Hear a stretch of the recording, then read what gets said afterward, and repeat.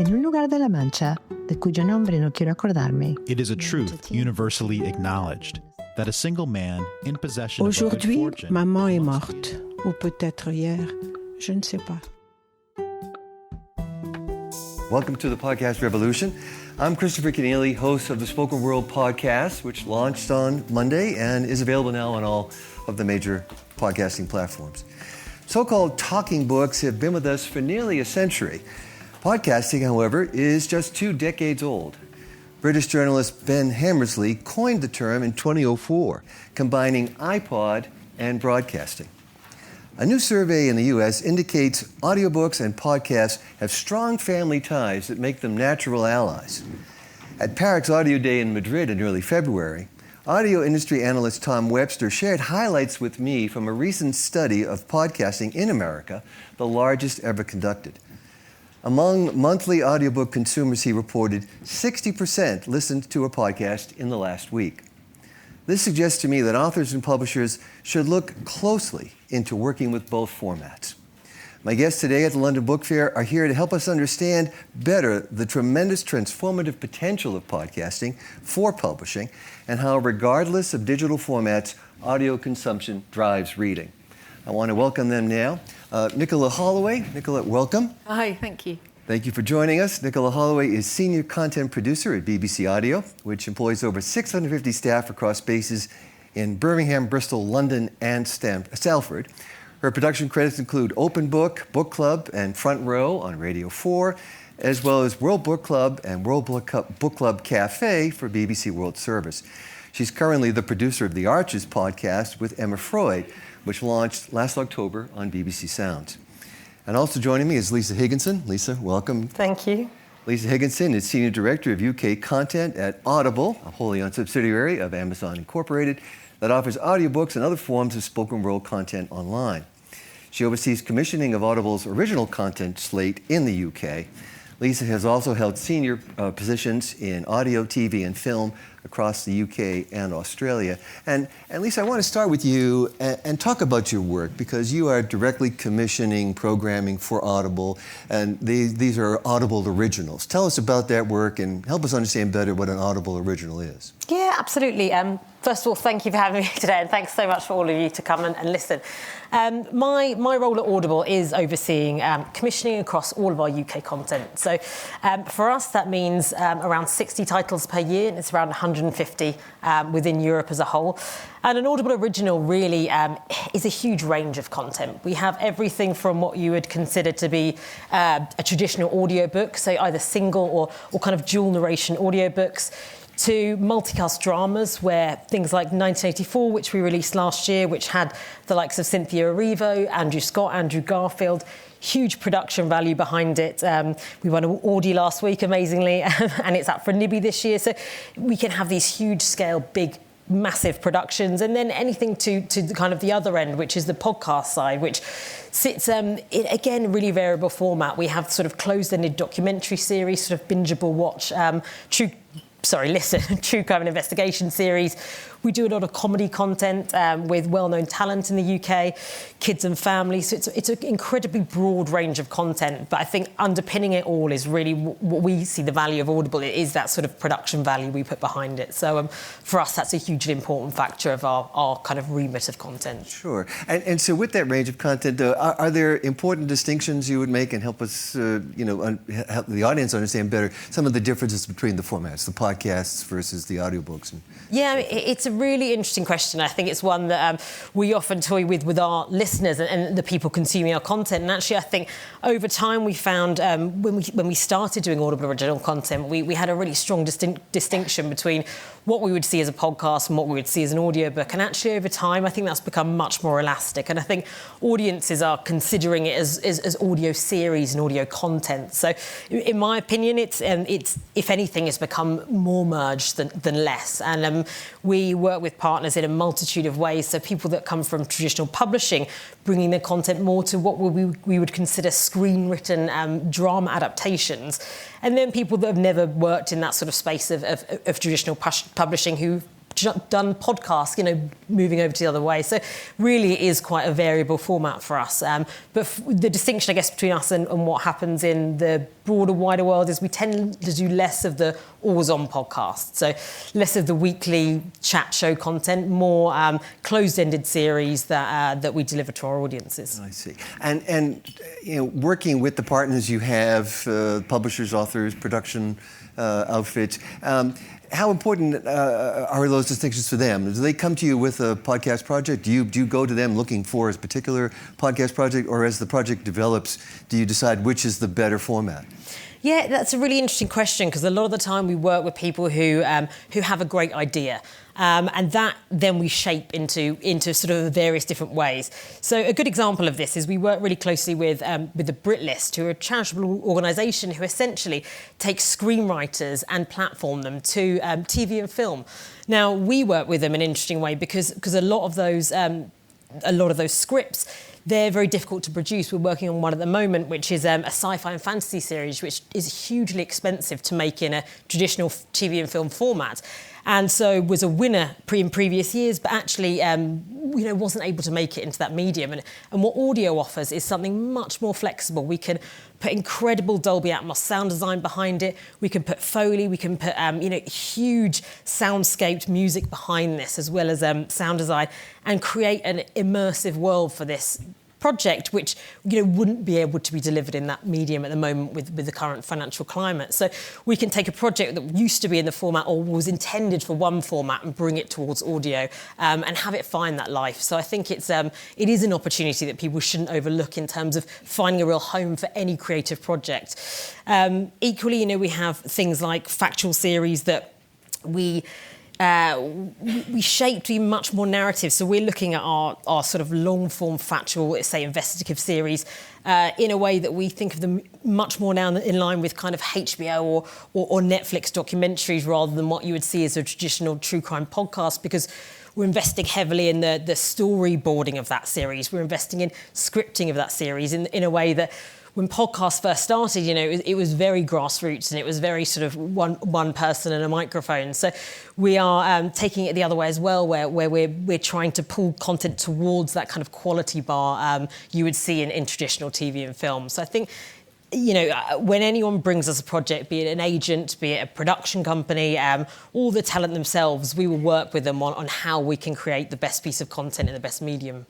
When you were describing, the effort to create this immersive audioscape, I immediately started picturing all of that, and that's the power of this medium, is the mental images that we create through the words and the sounds and so forth. And it really is a very nimble medium, isn't it? You can do things, you can get into corners of the mind that visuals cannot. Yeah, absolutely. I think not only can you get in the corners of the mind, but also you can create that content much more nimbly. And I think being able to take a microphone somewhere, particularly in an investigation series, is a lot more efficient.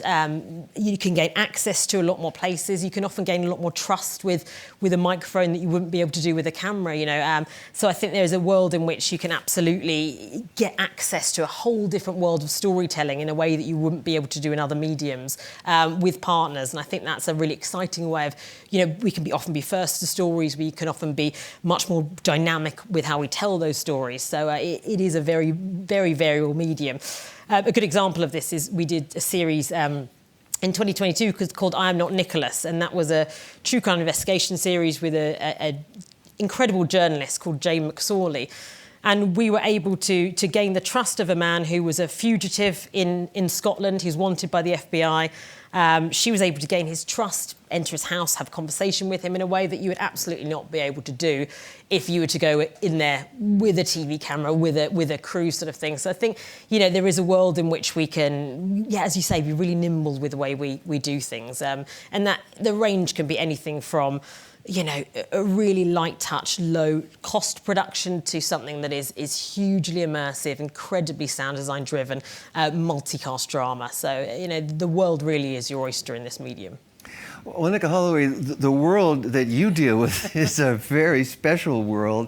Tell us what's going on in Ambridge these days. Oh, what isn't going on in Ambridge? Hello, I won't talk about the Archers for the whole time. Yeah, Well, there's a sewage leak. People have had to move out of their houses. I actually know what's coming up, but I won't. There will be no spoilers. There's demonstrations and protests. It's a very rich.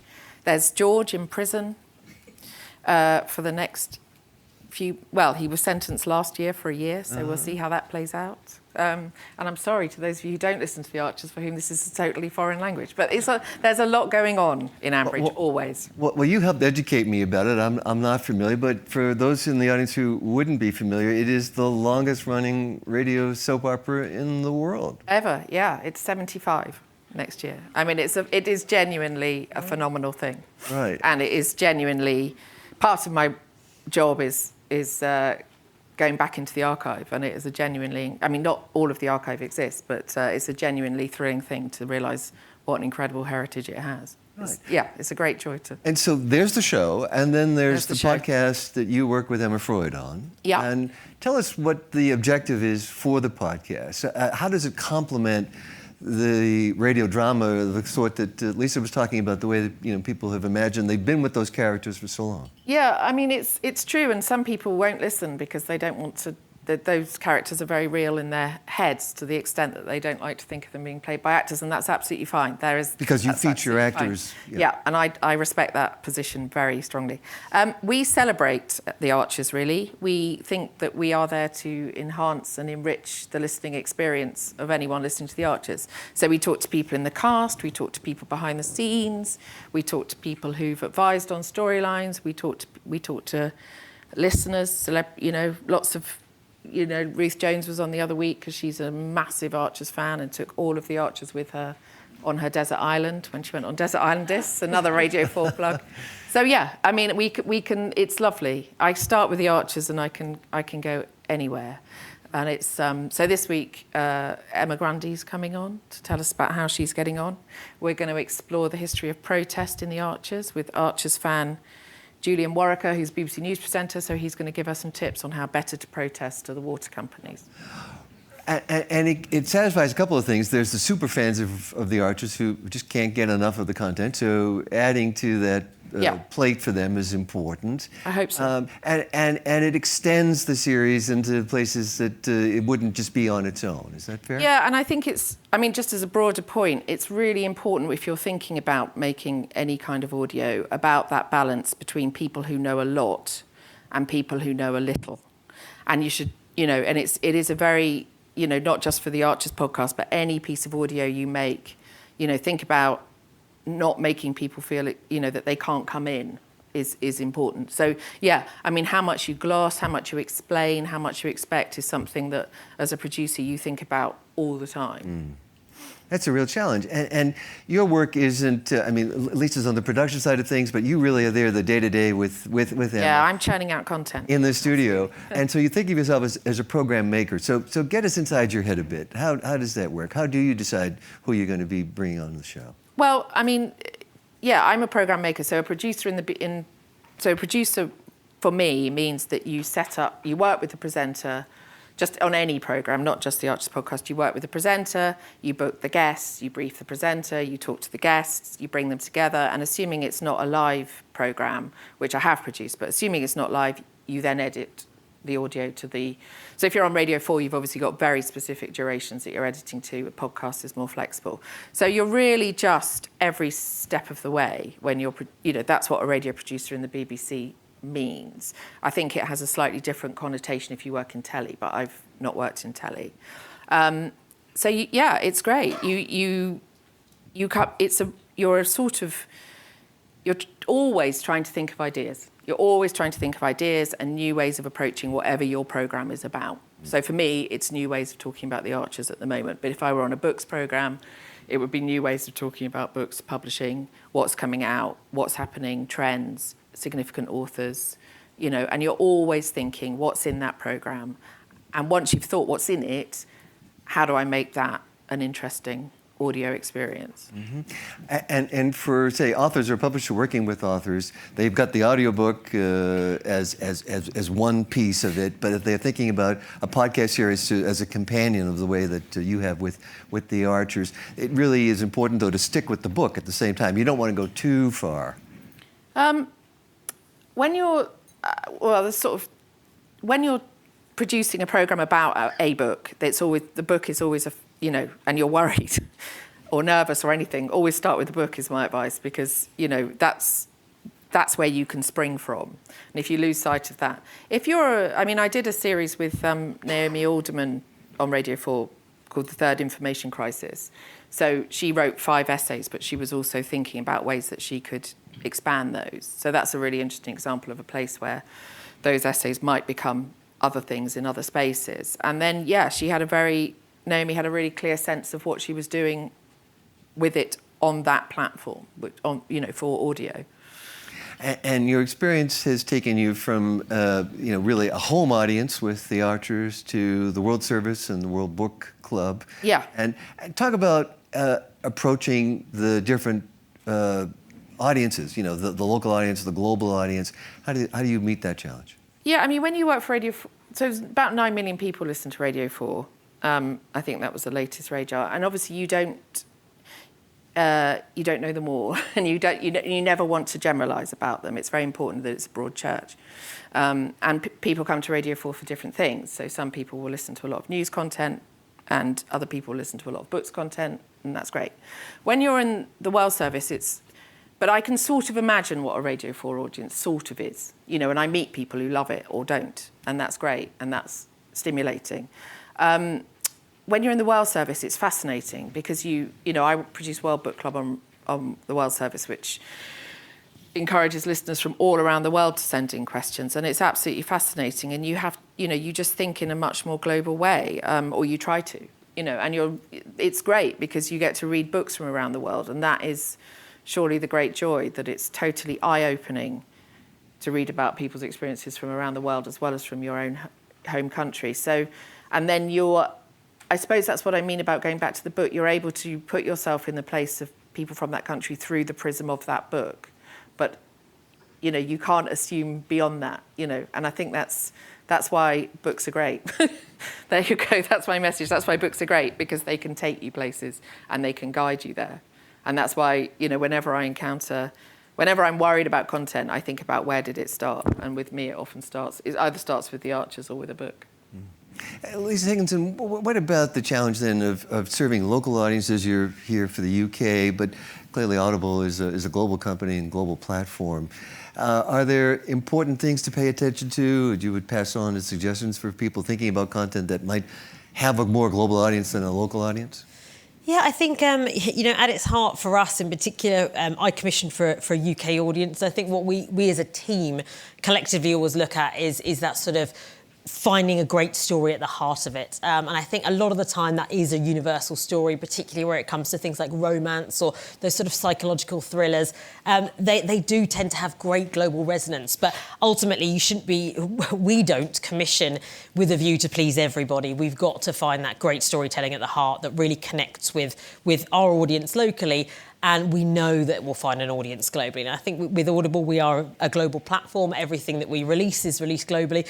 And we're great at working with those international teams. And we know our audiences incredibly well to know when those stories will resonate. And I think it's all about, being collaborative there with our partners and ensuring that, when we're talking to the US or Australia or the various different localization teams that we work with as well, that we are really, really trying to find those connective tissues. And often it comes down to the relationships within a story, those great twists and turns. Those are the things that drive whether something is compelling globally as opposed to what the location setting is. It tends to be the case. Comedies are one area of nuance. I think we find that comedy tends to be much more kind of localized generally in terms of our content, and that's one, I guess, particular exception that we have, that comedy tends to work in local territories much more. A lot of other things across kids, a lot of fiction content absolutely reaches a huge global audience for us. And from what you know about the audience, share with us, what are some of the popular forms right now. Romance driven by Book Talk and other social influences is very big in print. Is that true as well for Audible? Oh, yeah. Romance, our listeners over the last 18 months have been spending more than 50% longer with titles in romance than previously, and it is becoming a huge boom for us. We're massively increasing the number of of commissions we have in romance, and I think there's so many kind of subgenres within that space that are really, really interesting, and absolutely being fueled by that book talk appreciation and that audience. And it's great to see the community come together in that space and really appreciate the offerings we have. We have an author called Leanne Slade who's got a huge book talk following, and it's really heartening to see when people are wanting to see. One of the titles is a single narration, Claudia Jessie, and people are talking about who they would have act as the male role, and see that interaction with the audience is absolutely fantastic. And I think, romance is a huge genre that's ever growing down to the kind of TikTok boom. But in podcasting more generally, comedy continues to be the number one global genre. So again, there are certain comedians and genres within comedy that do hit that global audience, but there's a huge proliferation of local content actually, which is really heartening to see that in the UK, a lot of UK comedians and talent are finding their space in that way, and finding audiences, away from stand-up in a space that they can find online and find an ever-present audience. So, that's another huge area we're seeing growth in. And then, for us, we always have the perennial action and adventure titles. So sci-fi is huge for us, as is the classic mystery, thriller and suspense genres. So we continue to see those as being our kind of core growth areas. Mm-hmm. And Nicola, Holloway, BBC, you've talked about the audience, your relationship with the audience. Expand on that and tell us about the interaction on social media for you. Yeah, I think that's a really interesting area for programme makers, and I think it's really important. You can hear it in podcasts, you can hear it on linear radio, the being able to be contacted. And I was listening to something the other day, and I caught something the other day, and they said, contact us. And I thought, does this programme ever use those contacts? On this programme that I listen to not all the time, have I ever heard them using a contact? And it's quite interesting, if you do want to have interaction, which is, which you should and which is great, think about how you're going to use those interactions. What do they do for you? And if you are asking people to interact with you, don't then ignore them. I think that's really key. I mean, I get so I used to produce Book Club on Radio 4, which was entirely dependent on people interacting, because people used to have to come and ask the questions. So without the audience, I had nothing, and that was really important to me. And it was lovely, because I just met lovely readers who'd read great books, and they were able to participate in the programme. What I do now, we have a huge number of emails and WhatsApp messages from Archers fans, and I think it's really important. I do read absolutely all of them, and I think it's really important that some of them get reflected back. And it's lovely. And we use them to guide what we think about, and some of them have become guests on the show, and they can be a real steer if you engage with them. And I think if you are thinking about making content and you do ask for interaction, think about what that is, what that becomes. Is it a community that you set up on Instagram? Amazing. And book lovers can talk to each other because they've all listened to your podcast, which is a totally, valid way of using interaction. Are you looking for interaction so that people can actually appear on your content, or you're going to read out their content? Are you looking for questions for your next guest? Deploy it, I think, because the audience is there, and when I first started, I'm 110, but there was much less audience interaction than there is now, and it's great to have people telling you what they think, but don't let them feel like they're contacting a void, I suppose, is what I think. I'd like to explore that a little bit more, because it's a bit like breaking down the wall between the listener and the program in ways that weren't possible before. Yeah. And give us an example of an interaction with an audience member, someone maybe who you have brought on the show, and how that worked out. Well, Archers fans will know. There's a big storyline about beavers in the Archers, which you can fill in all your innuendos right now. And the Archers podcast certainly did. Anyway, so someone from Wildlife Trust got in touch and said, I'm a huge Archers fan, and we've done what they're trying to do on the Archers, and da-da-da-da-da. And that person became a guest on the Archers podcast briefly, because he knew a lot and he listened to the Archers and he was absolutely great. Now, obviously, I didn't just put him on. I produced it. But so that would be a moment. As I say, Book Club was great. I was always trying to find new people, looking for new audiences. It was really good really pleasurable to meet people, and it's not live, so you are going to go on Radio 4, but it's not too scary. So, yeah, it's nice. It's nice to meet people who listen to your I feel like there's going to be a lot of audience members now trying to get the Archers off the back of this. Yeah. The Archers at bbc.co.uk, just, let me know.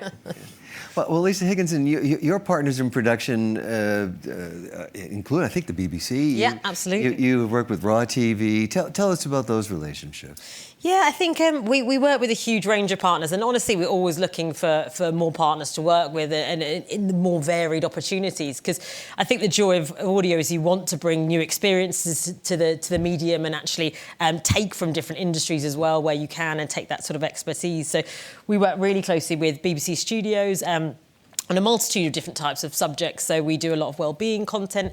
We've worked with the Natural Science Unit on a great podcast we did around the healing power of nature. So again, they could bring a lot of their sort of sound design and expertise to that series.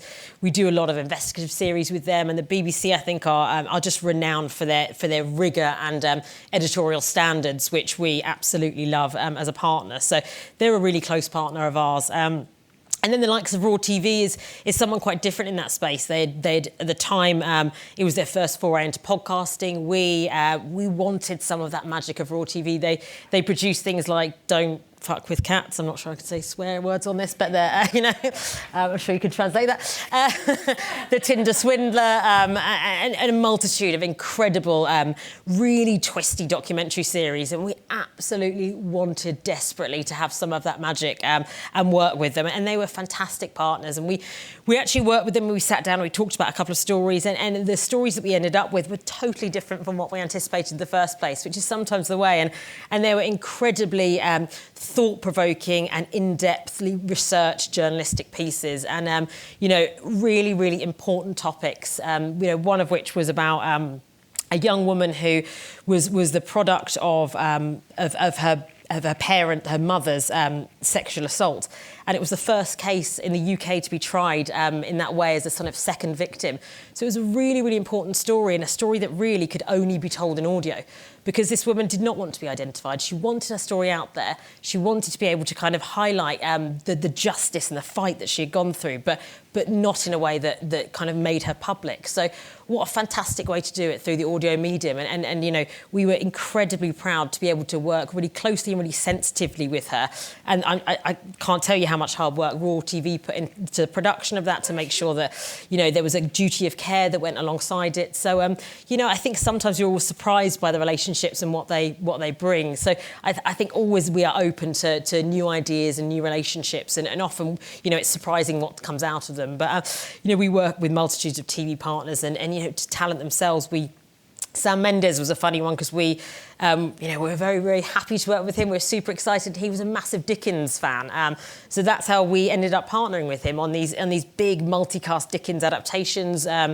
We did 3 of them in total, and it was just out of his passion for those projects and Dickens as a storyteller that we ended up working together. So it can be quite fortuitous sometimes. It can be very different to how we start out, but often we are very happy to go on that journey. And we do put a lot of time into development, and that's the other fun thing about audio is, we don't have to commission a full series. We can say, we love the spark of this idea, particularly with someone who hasn't worked in audio before. We'll partner you with a production company, we'll invest in that kind of development process, and we'll see what comes out of it, which is, again, a flexible medium to be able to create those kind of stories. And that investment in the production, you want to sort of, get the reward of an audience. And so talk about helping people to engage audiences. I mean, if it's Raw TV and it's that dramatic, very remarkable story you told us about, or a really expansive Dickens adaptation, those things are going to get attention. Yeah. But what about something that's fighting to be heard amidst all of the content that's available? Yeah, and I think, honestly, this is a really tricky thing in the wider kind of podcast and audio space is finding audience. But I guess the benefit that I'm very lucky to have at Audible is that we know our audience really well. We have a wealth of data that can help tell us, what stories will resonate with the multitudes of audiences we have on our platform. So we're able to kind of really find the audience for a specific project. In the first place, we put an awful lot of testing into our content as well. So from the fruition of an idea to whether the title works to the concept testing, pilot testing, we can access a range of testing formats within that to be able to really make sure we're hitting the right notes, that the content's really delivering to what we feel it will to our audiences. And then the end product is obviously the marketing and social media. It's not my area specifically, but we work incredibly hard as a broader team to ensure from a marketing standpoint, we put a lot of investment into out of home, first of all, but really digital and social media are a huge way of accessing that audience. And we work with kind of authors, talent and partners. And I think actually what's interesting is with audio, you've got the sort of creators themselves that can access that audience. We have often the talent and narration, which can also access a whole different audience. So, there's multiple ways we can kind of tap into various audiences and fandoms, whether it be the authors, the talents, or the production company where they come with that sort of following as well. So there are various ways we can do that, and we definitely work with with those sort of book talk influencers and try and find those people, find those tribes where we can for our content. Right. Well, you have a tribe. You have the Archer fandom. And so when the podcast was launched last fall, what kind of an effort, what did you do? What were you thinking about as far as engaging the audience and trying to convince them that beyond listening to the show, listening to the podcast was something worthwhile? Well, I'm lucky. I mean, the BBC is a really big organisation, and so there are people who do that for me. Okay. So that's lovely. We have publicists and press officers who promote the show for us. We have teams in BBC Sounds who make telly. We had a telly still that went up, and it's lovely. And obviously I liaise with those people, and they are great. And, there's cross-promotion on BBC Sounds, and there's cross-promotion on Radio 4 to the podcast. And, lots of things happened. And I was involved in what those things were, but, the BBC is a very big organisation, and so happily other people could do it too. And you obviously work with BBC Studios, which is another bit of our organisation, which I don't work in. But yeah, it's a big place. So there's lots of great expertise, much greater than mine.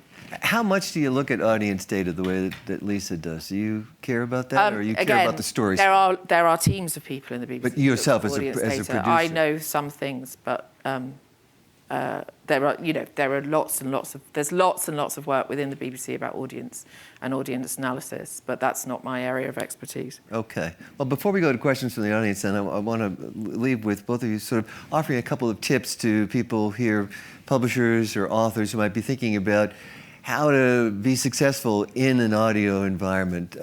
I like to think of audio too. It's different from visual medium in that it's really like holding a pen, holding a microphone and holding a pen are very similar things. Words matter, the story matters, whereas you can have silent film, you don't really have to speak, but speaking and writing are so related. So do you have some thoughts about what people should be thinking about as they it's a brilliant imagine an adaptation? It's a brilliantly flexible and elastic medium, as Lisa's been saying, and the range that you can do is great. So my tips would be, if you were thinking about making audio of any kind, be welcoming. Welcome people into whatever you're making. Don't make it, tell people what you're setting out to do if it's like a podcast. This is what this podcast is, and we're really happy to see you here. Let people in the beginning minutes, because you really are going to need to capture people in those beginning minutes. There's a lot of audio out there. My second thing would be know what you are doing, because know what you want to do, because it is so useful. I mean, all the time I'm editing audio that's too much, okay? It is so useful to have a real sense in your mind of what your product is, in like a sentence, so that when you think, oh, is this a good bit? Should we be doing that? You can go back to that sentence, and it just can help you fix yourself. So the Archers podcast is celebrating everything you love about we love about the Archers. Book Club is the programme where readers can ask questions of their authors. So, they're really simple. You don't have to tell anyone them. You don't have to share them. Have them in your head. And having been welcoming at the beginning, my third tip would be don't outstay your welcome. Think about how long you, as a listener, would like to spend with any piece of audio. Some podcasts are are quite long. My background is Radio 4, where you're very dictated to by duration, probably overly so. I'm probably overly neurotic about it. I mean, not that Radio 4 is. But, just think about what people are doing when they're listening and how long they want to listen for. And it's different with an audiobook. I can listen to an audiobook for hours, and that's a joy. If you're making a programme, so, there's no right answer to that question, but think about it. Lisa Higginson, any advice then for this audience? You've given a fundamentally brilliant answer there, so it's hard to add to that. But I think the point about simplicity is really interesting.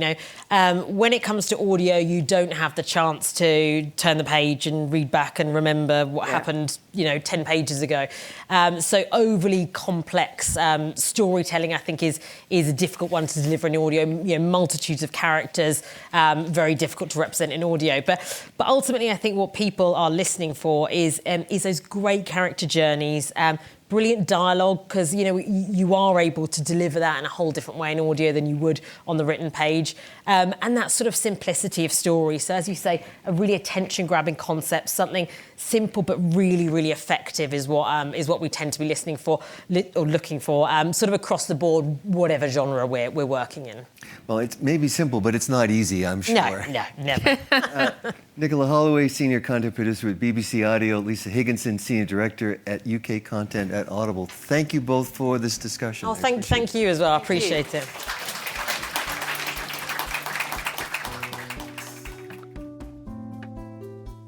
That's all for now. Our producer is Jeremy Brisky of Burst Marketing, and Rob Simon is our executive producer. The Spoken World covers the latest news in the global audiobook market and features exclusive interviews with audio industry leaders, analysts, and innovators. Learn more at spokenworld.media and subscribe on all major podcast and streaming platforms. I'm Christopher Kenneally. Join me again soon on The Spoken World.